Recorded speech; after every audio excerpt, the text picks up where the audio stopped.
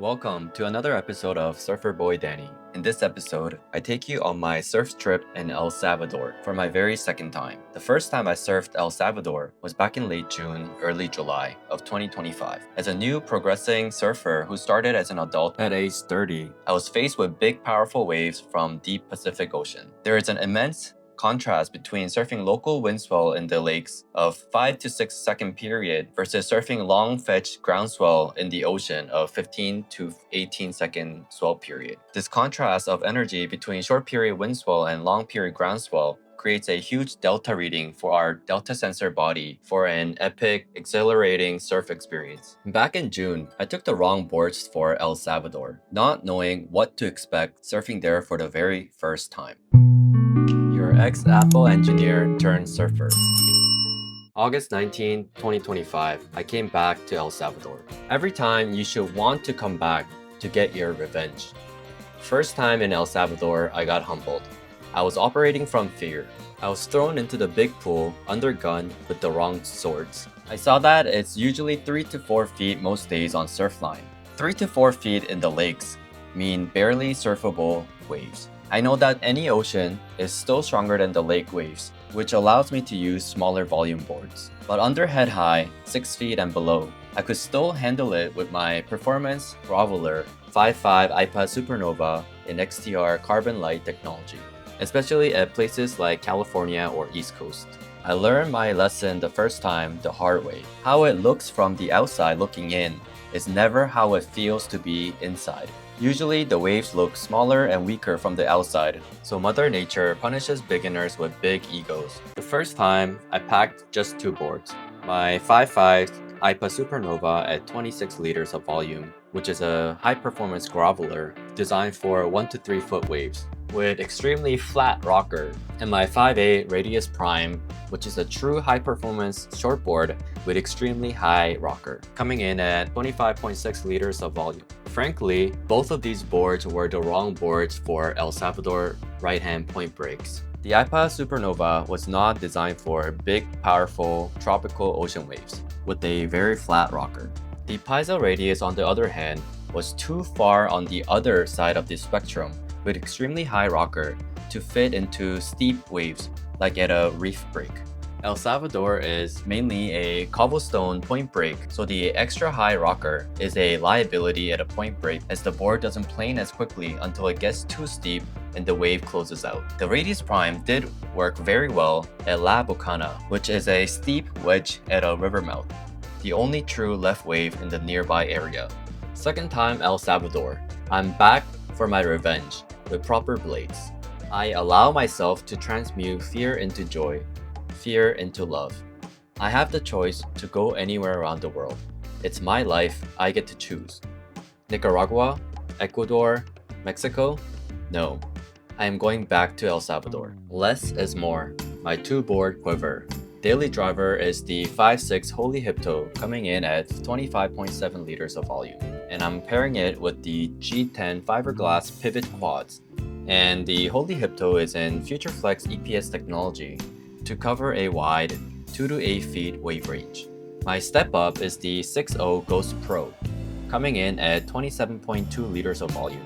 And I will pair this with the G10 fiberglass neutral thruster fins in trusted PU construction for double overhead plus waves. This guy loves fiberglass. Me. It's a direct drive system to push hard with minimal lag, which is propagation delay. Why pivot quads? I thought you wanted to ride Twin Plus One and thrusters to evolve into a more vertical surfer. I have given quads the permission to exist, doing what it does well at an open-faced point break.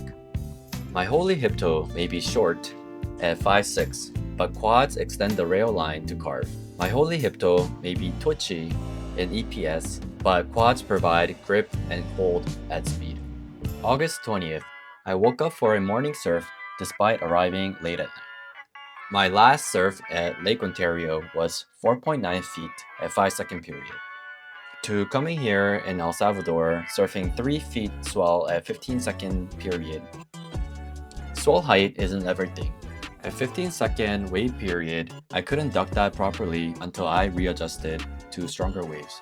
I was grateful that I was able to catch a couple waves despite falling off of some and wiping out on some. This time, I got a rental car for El Salvador, so I drove to El Zonte to get my fresh fish from Grandma's restaurant. First wave on a surf trip is always a bit of a challenge. It's like a ticking time bomb.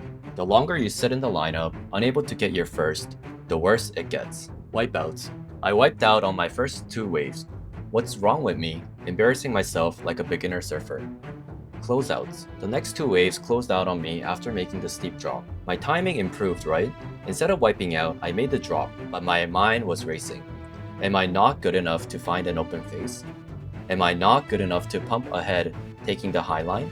Surfing is all mental.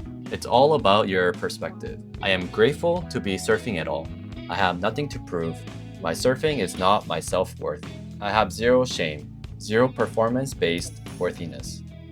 Finally, I found an open face to do some bottom to top turn. Finding an open face at the crowded point break in itself is a challenge.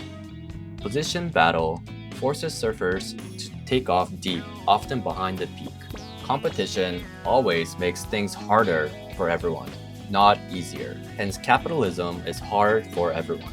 Best surfers are often in the middle of the pack, right where the wave breaks cleanly with a long open face. Best surfers are often patient. They have nothing to prove, unlike OG locals protecting the peak and priority, warding off non-locals.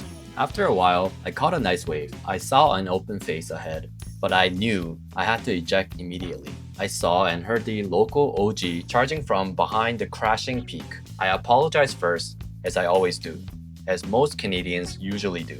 I ejected fast enough for him to get a long ride, and because I apologized first, he smiled back and gave me a shaka.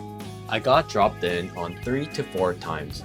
Come on, no one ever apologizes to me. Maybe it's me. I don't like honking. I don't yell and scream surfing. One dude dropped in on me and body slammed me off my board. Thank God I didn't get hurt. My surfer friend told me, you have to tell everyone off, F off when it's your wave. August 21st, the next day, the water was brown from the rain. The waves were small and choppy, but I didn't care. I'm here in El Salvador to surf every morning for a week. I'm clearly behind this wave and should have pumped ahead, taking the high line.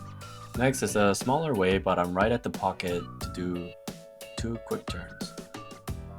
For the wave of the day, I was able to get 3 turns in and was able to get an awesome drone shot as well as a land-based shot. That looks completely different. You're getting 1 and bottom turn into a 2nd turn and 3rd turn. The truth is that the beginner surfer me, even a year ago, would check the Surfline cam and see my current self surf and be discouraged that I don't belong at that surf spot. But zoomed out, everyone looks good at surfing. Many surfers are afraid to zoom in because surfing has a massive disconnect between how you feel versus how you look. Video analysis often leads to discouragement and self-doubt, which is the cost of getting better. For surfers, especially beginner surfers, surfing happens so fast that it's hard to remember how the waves look. So I try to record some sessions using my POV camera to remind myself how the waves look from my perspective. Here's another land view of a wave versus my POV view, closer to how it will look through my eyes. Currently, I'm in the process of surf coaching myself. I wasn't looking down the line of the wave face.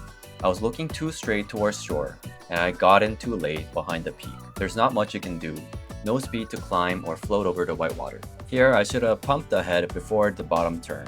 I got knocked off by the throwing lip. For my last wave, before taking one in, I had to fight through some whitewater, but I got a really nice wave to end my session. Either you can play the victim in your life, believing that things happen to you in this universe, or you can believe that everything in the universe happens for you.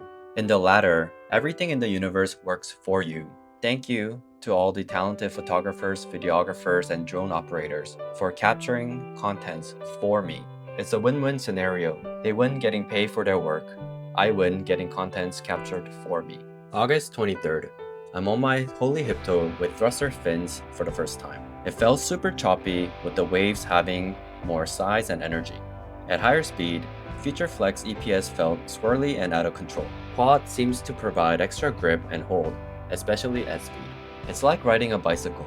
With speed, which Quad provides more easily without the center fin drag, you feel more stable. With thruster fins, you want the PU board to sink deeper into the water and lean hard into the rail to carve in the pocket. However, Future Flex EPS, at least for me, felt too unstable and too squirrely to lean. Eventually, we surfers adjust quite fast. If I stayed on this board with the thrusters, I would have been okay. But that's fighting against the current, when PU board just works better in these tropical waves, with choppy conditions by sitting deeper in the water to cut through the chops. Felt like my holy hipto in Future Flex EPS kept sliding out and I had no grip or hold, and it felt way too skatey. The entire session, I felt like I was fighting the board instead of flowing with it. But enough complaining about Future Flex EPS. I know that PU would have been better, but it's probably an user error. An elite surfer better than me would have still made these turns, despite it being a Future Flex EPS. I wanted to support more locals for their work, so I invited the in-water photographer to our flow guest house on top of the hill. The locals call it Casa Flow House. I bought some sick photos of me on the waves. The second pic with my friend also in the photo. She ended up buying some shots of her surfing as well, thanks to me. I really had no idea, but I got barreled for a split second. I don't think this surf spot is particularly known as a barrel wave. I wasn't attempting to get barreled either.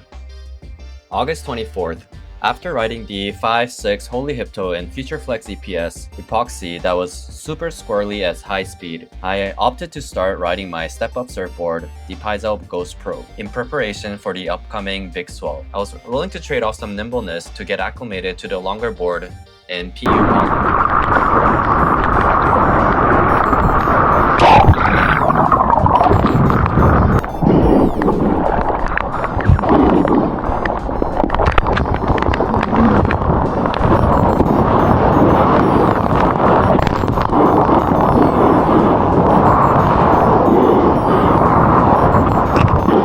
My first session on the 6.0 Pyzel Ghost Pro, I was really happy to get at least one decent wave in this one.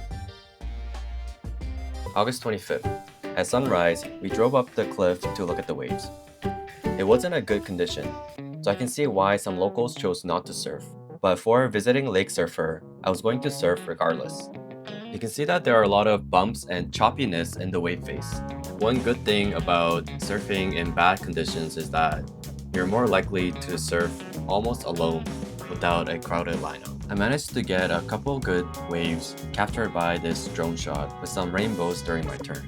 I actually had a minor shoulder injury that I pulled the day before my El Salvador trip surfing in Lake Ontario, which forced me to take it easy and only surf once a day every morning. But on this day, on the 25th, I opted for an afternoon sunset surf. Why not?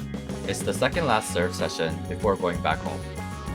At the Casa Flow House, we had a family-style dinner as it was some of our last days coming up. It was just a short 7-day surf trip, but I'm grateful for my time and memories with these wonderful surfer friends from around the world. August 26th, my last sunrise surf. This is the swell that I was waiting for. 6 feet at 17-second swell period with 1,700 kilojoules of energy. The perfect condition to test my step-up surfboard, my 6.0 Pyzel Ghost Pro, coming in at 27.2 liters of volume and PU poly. Let us analyze my first wave together. It's the first wave of the day before any wipeouts, which is usually a mindset of trying to charge hard until you eat shit and you realize how powerful Mother Nature really is. For the takeoff, I was able to get on my rail to make the steep drop. Then I try to pump ahead to get ahead of the wave a little bit, and I see a barrel section. But at this point in space-time in my surfing journey, my barrel game wasn't strong enough to want to pump up and set my line to pull in through. So I get stuck low on the wave and go head first into the throwing lip, a rookie mistake. This one hurt like I got hit by a train. The truth is that after that impact, I was surfing in fear. I knew if I get hit by another big cleanup set in the lip, my board or my leash could break. So all these waves were not at the deeper peak, which was throwing way harder to stay. But as humans, we strive to face our fear and push through. My 6.0 Pyzel Ghost Pro is perfect for these big waves. As I learn to trust myself and trust my surfboard, I know I can have more success surfing these big, long period, powerful waves. It's the beginning of my surferboy journey. The only way is up. What I notice when I get on my PU surfboards, which are usually longer in length compared to my shorter epoxy surfboards, is that PU surfboards provide you more resistance to really sink and push into the rails. However, it also means that unless you are more deliberate about leaning into where you want to go, it doesn't pivot or turn as easily. Surfing overhead plus waves versus head-eye and below is that you have to be more deliberate about going all the way down for a deep bottom turn. For head-eye and below, you naturally get to the bottom of the wave, but for bigger waves, you get stuck mid-face without wanting to go all the way down. Likewise, even at the bottom of the wave, you have to be deliberate about wanting to lean in and climb up to the top of the wave despite fear. This is the incoming cleanup set, 6 feet at 17 seconds swell period at 1,700 kilojoules of energy. This wasn't even inside the impact zone. It was an outside bomb. At this size, it's not duck diveable, but you try to hold onto your board, cartwheeling for a good 10 seconds. Why? Because your board is your only flotation device. It's better to have your board than to bail and lose your board, as your leash can't handle the sheer amount of force from these waves. My leash broke in Hawaii in January. I didn't want another near-death experience, swimming back for my dear life. After cartwheeling, holding on to my board for dear life, I was grateful to survive another day. Thank you, Mother Nature. Thank you, Surf God. Next episode is a pastel color sunset surf at Lake Ontario. Please subscribe and tune in for my new Solo Shot 3 Plus Robo Camera experience. As always, thanks for tuning in. See you in the next one.